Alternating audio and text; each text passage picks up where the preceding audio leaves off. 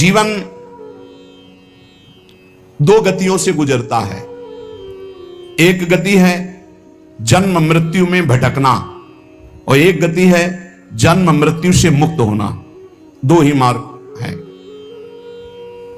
अस्तु मां सदगमय, असत से सद की यात्रा करो या सद स्वरूप का विस्मरण करके असद में रत हो जाओ जन्म मृत्यु के चक्र में। 84 लाख योनियां हैं कर्मानुसार। इन 84 लाख योनियों में जीव भ्रमित होता है। इस योनि में एक एक योनि लाख लाख प्रकार की है। एक योनि लाख लाख प्रकार की है। जैसे रेंगने वाली योनि, अब रेंगने वाले में कितने प्रकार के जीव हैं? सांप हैं, खनखजूर हैं, केचुआ, कितने प्रकार के जीव हैं रेंगने वाले में। एक है जलचर, अब जल में कितने प्रकार के जीव हैं। वायु में उड़ने वाले कितने प्रकार के जीव हैं। एक एक योनि में लाख लाख योनियां, उन लाख लाख योनियों में कई कई बार जन्म। अरे बड़ा प्रपंच है, बड़ा दुर्गति है जीवों की। अन्य योनियों के साथ जो दुर्व्यवहार हो रहा है बहुत ही घृणित है। कैसे तुम्हें बता, 1.5 घंटा धीरे धीरे जला जला करके पका रहे हैं पशुओं को, फिर उन्मत्त होकर मदिरा पान करके उसका खान पान कर, क्या कैसी दुर्गति जीते जीव अपनी कर रहे हैं। 84 लाख योनियों में एक एक योनि में लाख लाख प्रकार की योनियां, एक एक योनि में लाख लाख बार जन्म होना। ऐसे थोड़ी है प्रपंच। हाहाकार ऋषिजन इसलिए कर रहे हैं कल्याण कर ले, भूल मत कर। यही एक चांस है मनुष्य दे जिससे तू अपना कल्याण कर सकता है, अन्य योनियों में नहीं। अब सोचो उस जीव की क्या हालत है, हाथ पैर बंधे हुए लोहे की छड़ में फंसा हुआ है, आराम से धीरे धीरे अग्नि उसे जला रही, वो कीक रहा है, चिल्ला रहा है और वो आनंदित हो रहे हैं। वो थोड़ा थोड़ा पीते जा रहे हो, देख रहे हैं पक रहा है। पका लो, तुम्हारे तो खाने के काम में आएगा, तुम खाने के भी काम में नहीं आओगे। ऐसी तुम्हारी हालत काल करेगा, जब वो जलाएगा तो तुम खाने के काम में भी नहीं आओगे। बहुत होश में, बहुत होश में, बहुत होश में। ये कर्म तुम्हारा कहीं बख्शने वाला नहीं, तुम्हें दंड देगा। 84 लाख योनियां, एक केवल मनुष्य योनि जिनमें आप अपना उद्धार कर सकते हो। मानव जीवन गिने चुने श्वासों वाला है, गिने चुने श्वासों वाला। इतनी श्वासें आपकी हैं, बस प्रतिपल माइनस होता चला जा रहा है, खत्म होती चली जा रही। यहां हम आनंदित हो रहे हैं, 30 वर्ष के हो गए, 35, अरे आनंदित नहीं, 35 वर्ष गए जीवन के। मूल कार्य के लिए जो आए हो भगवत प्राप्ति, उसमें क्या किया है? बोले कुछ नहीं, अभी तो खेलने खालने की उम्र है। मरने की उम्र कौन सी है? कभी भी तो मर सकते हो, तो अपना काम क्यों नहीं बना लेते? राधा राधा राधा। यही अवसर है जीव आवागमन के अनादि चक्र से अपना छुटकारा करके अपने स्वरूप में स्थित हो सकता है, भगवत प्राप्ति कर सकता है। जन्म मृत्यु का चक्र कब तक चलेगा अकल्पनीय, कल्पना भी नहीं कर सकते। काल चक्र आपको घुमाता रहेगा। इसलिए मनुष्य जीवन में भगवत प्राप्ति का अवसर है। ये काम, क्रोध, लोभ और मोह, ये 4 प्रधान ऐसे हैं जो इस चक्र को चलाते रहते हैं। आवागमन, पुनरपि जननम पुनरपि मरणम पुनरपि जननी जठरे शयनम, ये चक्र चलाते रहते हैं। काम, क्रोध, लोभ, मोह, इन्हीं को नरक की गति कहा गया है। इनमें से किसी में भी एक में पैर पड़ जाए, काम में, क्रोध में, लोभ में, मोह में, फौरन चारों आज करके उससे घुमाने लगेंगे, बार बार जन्म, बार बार मरण। नरक की दारुण यंत्रणा हर योनि में उसको प्राप्त होगी। केवल मनुष्य योनि ऐसी जिससे अपने को बचा सकते हो। केवल मनुष्य ही सत्कर्म करने में स्वतंत्र है, नवीन कर्म करने में स्वतंत्र है। अन्य प्राणी तो पूर्व में जो संचित कर्म गोदाम लगा उसी को भोगते रहते हैं। वो अशुभ कर्मों का नाश करते रहते हैं, भोग भोग करके। वो नवीन कर्मों का उपार्जन नहीं कर सकते। मनुष्य नवीन कर्म उपार्जन कर सकता है। मनुष्य कर्म करने में स्वतंत्र है। मनुष्य ही है जो अपने कर्म संस्कारों को भस्म कर सकता है, दूसरा कोई योनि नहीं। अब उसे सोचना है कि जो आपके गंदे कर्म जमा हैं उसमें और प्लस करना है या आग लगाना है पूरी गोदाम को। स्वतंत्र हो आप। काम, क्रोध, लोभ, मोह, ये जिनके जीवन में है, निश्चित समझो उनका जन्म मरण पक्का है, जन्म मरण पक्का है। इन चारों को मिटाने के लिए 4 ये पहलवान ताल ठोक के खड़े हैं। काम, क्रोध, लोभ, मोह ये शत्रु, तो सत्संग, परोपकार, वैराग्य और नाम जप, ये चार ऐसे हैं कि इन चारों को चटनी बना देंगे। रोज सत्संग सुनो, अपने भोजन में से चाहे एक रोटी निकालो, रोज दूसरों के उदर में जाने वाला विधान करो, परोपकार की भावना और वैराग्य। जननी जनक बंधु सुत दारा, तन धन धाम सुहृद परिवारा, सबकी ममता ताग बटोरी, मम पद मन बांध बर डोरी। छोड़ दो भगवान के भरोसे में और अपने कर्तव्य का पालन करो। ज्यादा चिंता मत करो, चिंतन करो प्रभु का, वो सब संभाल लेंगे। अनंत ब्रह्मांड संभाल रहे हैं। तुम्हारे परिवार में तो 2 4 6 लोग ही होंगे। वैराग्य, सब भगवान का है, भगवान देखेंगे। जो जैसा कर्म करेगा वैसा भोगेगा। राधा राधा राधा। और अपने कर्तव्य का पालन, जिसके प्रति जो संबंध है ईमानदारी से आप करो, लेकिन राग मत करो। और नाम जप, सत्संग, परोपकार, वैराग्य और नाम जप, इसके द्वारा इस चक्र का नाश कर दो। काम, क्रोध, लोभ, मोह, इनकी मिटिया मेट करने के लिए सामर्थ्य है सत्संग, परोपकार, वैराग्य और भजन। अब भगवत धाम और नरक ये 2 हैं। चयन करो तुम्हें कहां जाना है। अगर काम, क्रोध, लोभ, मोह तो त्रिविधम नरकस्येदम द्वारम नाशन मात्मना कामा क्रोधा तथा लोभा। और यदि सत्संग, परोपकार, वैराग्य, भजन तो भगवत धाम। ये 2 गतियां हैं। उपासक देख लो, अगर भगवत धाम जाना है तो इन 4 बातों को छोड़ना होगा। काम, क्रोध, लोभ, मोह, 4 बातों को पकड़ना होगा। रोज सत्संग, रोज परोपकार और सबसे अंदर से वैराग्य और खूब नाम जप। इसी के द्वारा भगवत प्राप्ति होती है। तीर्थपाद भगवान श्री हरि की जो गुणानुवाद लीला कथा है, ऐसा नशा चढ़ जाना चाहिए कि कभी तृप्ति नहीं होनी चाहिए। कस्त्रप्यनुयात तीर्थ पदोभिधानात् सत्रेषु वासुरभिरीड्यमानात् यः कर्णनादं पुरुषस्य यातो भवप्रदां गेहरतिं छिनत्ति। जो भगवान की चर्चा को कानों से सुनता रहता है तो उसके हृदय का मोह मल नाश हो जाता है, वो वैरागी हो जाता है। वैरागी का केवल भेष से मतलब नहीं, अंदर से है। जैसे चक्रवर्ती सम्राट अम्बरीश जी वैरागी हैं। चक्रवर्ती सम्राट अवध का पूरा शासन कर रहे हैं भरत जी, लेकिन परम वैरागी। जो अनुरागी है वही परम वैरागी है, जो परम वैरागी वही अनुरागी है। जो भगवत चर्चा सुनता रहता है रोज, तो सर्वसंगोपहो हिमाम, सत्संगहा सर्वसंगोपहो हिमाम। सत्संग आपको सब संगों से अलग करके भगवत अनुरागी बना ही देगा। कौन ऐसा है जो प्रभु की चर्चा सुनते सुनते अघा जाए। नारद आदि महात्मागण, बड़े बड़े साधुजन जिनका सदैव यश गान करते रहते हैं, अहोभाग्य है उन मनुष्य शरीरधारियों का जो अपने कर्ण रंध्रों से भगवत चर्चा सुनते रहते हैं। उनका संसार चक्र में डालने वाला ये विकार, घर गृहस्थी की आसक्ति, ये उसे अब अगला जन्म नहीं करने देगी। घर गृहस्थी की आसक्ति, ये काम, क्रोध, लोभ, मोह आदि, उसको अगला जन्म नहीं दे सकते जिनके कानों में रोज भगवत चर्चा पड़ती है और वो भगवत चर्चा सुनते हुए कभी अघाते नहीं। जब कथा सुनते सुनते कथा में स्वाद आने लगे, एक एक शब्द बहुत गंभीर आनंददायक लगने लगे, तब समझ लेना चाहिए कि अब हमारे कल्याण का अवसर आ गया। भगवान की बातें बहुत प्रिय लगने लगे, भगवत चर्चा एक आनंद देने लगे। समस्त विषयों से वैराग्य उसी का होता है जो रोज सत्संग सुनता है। पर सत्संग सुनना, समझ लीजिए, कल श्रोता का वर्णन हुआ था, चातक की तरह सुनना। हमारा जीवन है सत्संग, उसका मनन करना, उसको आचरण में उतरना, कि सुने बस चले गए, इतना समय तो सार्थक हुआ, पर मनन नहीं करोगे तो सत्संग का हृदय रूपी अंधकार नाश करने का जो प्रभाव है वो मनन से होता। मनन नहीं तो फिर नहीं बन पाएगा। सुन लिया, दूसरों को सुना दोगे, काम नहीं बनेगा। भगवत चरणारविंद के निरंतर चिंतन की सामर्थ्य सत्संग से प्राप्त होती है। समस्त दुखों का नाश भगवत चिंतन से होता है। भगवत चिंतन की प्राप्ति सत्संग से होती है। इसलिए तान सोच्य सोच्यान विदोनु सोचे हरे कथायाम विमुखा नघेन क्षिणोति देवो निमिषस्तु येषा मायुर्वृथावाद गति स्मृतीनाम। मुझे तो सबसे ज्यादा वो सोचनियों में भी सोचनीय अज्ञानी पुरुष लगते हैं जो कभी सत्संग सुनने नहीं आते।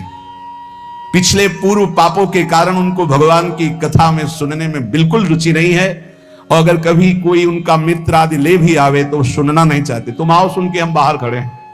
वो इतनी दूर खड़े हो जाएंगे कि कान में शब्द ना पड़े। और अगर कभी सत्संगियों को देखेंगे भी तो उनके दोष दर्शन करेंगे, इनका क्या सुधार हुआ सत्संग से, ये वो ऐसा। हाय हाय, बड़े शोचनीय है कि मानव देह प्राप्त करके उनको सत्संग नहीं मिला। काल भगवान ऐसी अमूल्य श्वासों को व्यर्थ में नष्ट करवा रहे हैं। उनकी वाणी दूसरे की निंदा प्रपंच गायन में, देह भोगों में, व्यर्थ के वाद विवाद, व्यर्थ की चेष्टा, व्यर्थ के चिंतन में उनका जीवन चला जाता है। इसलिए इस लोक में तुम केवल धर्म का आचरण करते हुए ही अर्थ का सेवन करो, भोगों को भगवद अर्पित करके परम पुरुषार्थ भगवान की प्राप्ति का उपाय करो, वही मनुष्य जीवन श्रेष्ठ है। यस्य संसारिणी प्रज्ञा धर्मार्थ वनुवर्तते, धर्म पूर्वक अर्थ कमाओ, पाप का पैसा नहीं। खूब भगवान नाम जब, भगवत कीर्तन, ये परम पुरुषार्थ है, इसी से भगवत प्राप्ति हो जाएगी और ज्यादा प्रपंच करने की जरूरत नहीं। क्षमावशी कृतिर्लोके क्षमया किम न साध्यते, शांति खड्गः करे यस्य किम करिष्यति दुर्जना। जब तुम धर्म मार्ग में चलोगे तो दुर्जन लोग तुम्हें परेशान करेंगे। तुम्हारे पास ढाल और तलवार है जैसे, तो शत्रु को परास्त कर दोगे, उसके वार को सह लोगे। तो ढाल क्या है? क्षमा। आपको जब कोई गाली दे, अपमान करे, तो अपने भजन को बचाने के लिए क्षमा रूपी ढाल का प्रयोग करो। और दुर्जन जब प्रहार करते हैं, निंदा करते हैं, अंदर से काम क्रोध आदि, तो शांति रूपी तलवार से काट दो। शांत रहो, चुप रहो, क्षमा कर दो। क्षमा रूपी ढाल, शांत रूपी तलवार, इससे आप क्रॉस करते हुए चले जाओगे भगवत मार्ग में आगे। स्वर्ग के देवता, बड़े बड़े देवता जिसको नमस्कार करते हैं, वो कौन सा पुरुष होता है? बोले वो दो प्रकार के होते हैं। एक होते हैं जो बलपूर्वक दंड देने में क्षमता रखते हैं, पर उनका अपमान निंदा करो वो सह लेंगे, और निर्धन होने पर भी, अवसर आने पर सब कुछ लुटाने के लिए तैयार है। इन दो पुरुषों को बड़े बड़े देवता भी नमस्कार करते हैं। गरीब होने पर भी दान देने का उत्साह, और बलवान होने पर भी सहनशीलता। दूसरे के द्वारा किया हुआ निंदा अपमान आदि मौन होकर सह लेते हैं, यद्यपि सामर्थ्य उनमें दंड देने की है। गरीब होते हुए भी दूसरों को खिलाने पिलाने, दान देने का उत्साह, इन दो को बड़े बड़े देवता भी नमस्कार करते हैं। द्वांभसी निवेष्टव्यो गले बद्ध्वा दृढ़ाम शिलाम, धनवंत मादातारम दरिद्रम चा तपस्विनम। ये दो मरे हुए ही समझो, संसार में जीवित है, पर इसका अर्थ सीधे होता है कि गले में पत्थर डालकर डूब के मर जाने वाले स्वभाव वाले हैं। क्या? जो धनी होने पर भोग विलासिता में पैसा खर्चा करते हैं। एक होटल में गए, लाखों रुपए खर्चा कर दिए। अरे 250 ग्राम आटा नहीं खा सकते हो? कितने का 250 ग्राम आटा होता है? 1-2 कटोरी दाल सब्जी ले लो, 2-4 रोटी ले लो, खा लो। प्रकृति के पैसे को बर्बाद करते हो। 5 लाख उड़ाया है, 5 लाख में 500 आदमी खूब बढ़िया भोजन पाते और बढ़िया स्वस्थ रहते। ऐसे विचार करना चाहिए। दुर्गति किनकी होती? जिनको इस जन्म में धन मिला और वो दूसरों की सेवा में, भागवतिक सेवा में न लगाकर भोगों में लगाते हैं। पीछे वाले श्लोक में था, द्वाविमौ पुरुषो राजन स्वर्गस्योपरि तिष्ठितः प्रभुश्च क्षमया युक्तो दरिद्रश्च प्रदानवान। जो गरीब होकर दूसरों को दान देने का उत्साह रखता है वो, और जो बलवान होने पर दूसरों को क्षमा कर देता है वो, इन दो को देवता भी नमस्कार करते हो। देवलोक के भी ऊपर गति पाने वाला है। और इन दो को, जो धनी होने पर, धन होने पर भी साधु सेवा, गौ सेवा, भक्त सेवा या समाज सेवा में ना देकर वो उड़ाता है नाना प्रकार के काम भोग, विषय भोग, मनोरंजन में। ऐसा नहीं कि प्रकृति का धन तुम्हें मिला, तुम उसके स्वामी हो, जो चाहो कर लो। तुम सिर्फ मुनीम हो, स्वामी तो भगवान है। हिसाब से चलो, नहीं सब छीन लिया जाएगा। जो धनी होने पर मदांध होकर गलत जगह धन खर्चा करता है, मैं इसका स्वामी हूं, और सही ढंग से उसका खर्चा नहीं, सो धन धन्य प्रथम गति जाकी। अरे कितने ऐसे बीमार लोग हैं जिनके पास अर्थ व्यवस्था नहीं। कितने भूखे लोग ऐसे हैं जिनके पास भोजन व्यवस्था, हम कह रहे हैं बहुत वास रहित लोग हैं जिनकी वास व्यवस्था नहीं। तुम्हारे पास धन बड़ा है, अरे कितने कितने करोड़ ऐसे मनोरंजन में, पूरे भारत में एक एक कुटिया बना दो, एक एक गांव में तो एक एक परिवार तो रह जाएगा। धन का सदुपयोग है दूसरों के सुख में लगाना, अपने मनोरंजन में लगाना नहीं। अपनी आन बान शान किसमें है? भगवान प्रसन्न हो जाए, इसमें नहीं है कि संसार जान जाए कि हमने इसके लिए इतना पैसा खर्चा किया। दुर्गति होती है। धन अगर वो धर्म विरुद्ध आचरणों में जा रहा है तो तुम स्वामी के द्वारा दिए हुए धन का अपमान करो। तुम स्वामी नहीं हो, लक्ष्मीपति नारायण है, तुम थोड़ी हो। तुम तो मुनीम हो, तुम्हें केवल पुण्य बल से उतना अधिकार मिला है, छीन लिया जाएगा, देख लेना। इसी जन्म में दोनों क्रियाएं देखी गई। मदोन्मत्त हो जाने से श्री वैभव अंतर ध्यान हो जाता, खत्म खेल। पूरा जीवन जेल में काटो। और जो दरिद्र होने पर कष्ट सहकर भगवान नाम जप करके अपना काम नहीं बना लेता है, भोगों के लिए ललचाता हुआ दूसरों की चाटुकारिता करता है, दोनों मरे हुए पुरुष हैं ये, मरे हुए। जिन हरि भगत हृदय नहीं आनी, जीवित सब समानते प्राणी। हरणम च परश्वानाम परदाराभिमर्शनम सुहृदश्च परित्यागस्त्रयो दोषा छयावहा। महान धर्मावतार भगवान की परम प्रेमी विदुर जी, ये जो दूसरे को फुसला कर या जबरदस्ती या किसी भी प्रभाव से दूसरे की संपत्ति का अपहरण करते हैं, या मित्र की पत्नी या व्यवहार बनाकर या प्रलोभन करके दूसरे की स्त्री के साथ सहवास करते हैं, और जो अपने मित्र के साथ दगाबाजी धोखाबाजी सुहृदों का परित्याग करते हैं, इनको निश्चित दुर्गति प्राप्त होती है।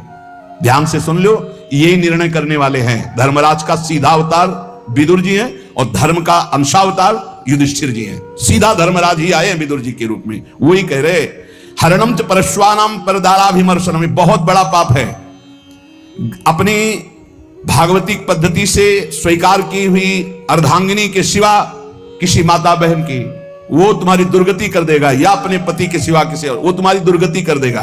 परदाराभिमर्शनम, आयु क्षीण हो जाती है, श्री क्षीण हो जाती है। आपको लगता है, कहते हैं कुछ लोग ऐसा कहते हैं कि आप जो जो वर्णन करते हो सब उसमें बड़े मौज से है। तुमको बताया है आखिरी इच्छा पूर्ति की जाती है मरने वाले की। इनकी आखिरी इच्छा है तुम अजर अमर तो हो नहीं तो देख लेना इनकी क्या गति होगी। भैया 2-4 बार डकैती से सफल हो गया तो लाखों रुपया उड़ा रहा, तुम कह रहे हो बड़े मौज में। और जिस दिन पकड़ा जाएगा ना, और फिर जब दंड उसको मिलेगा, तब आप देखने नहीं जाओगे कि उसको क्या क्या दंड मिलता है। ऐसे ही जब यमपुरी में जीव जाता है यहां से कर्म करके, तो शास्त्रों में पढ़ो, तुम्हें शास्त्रों तक पहुंच नहीं और विश्वास नहीं तो तुम मानते नहीं हो कि नरक है।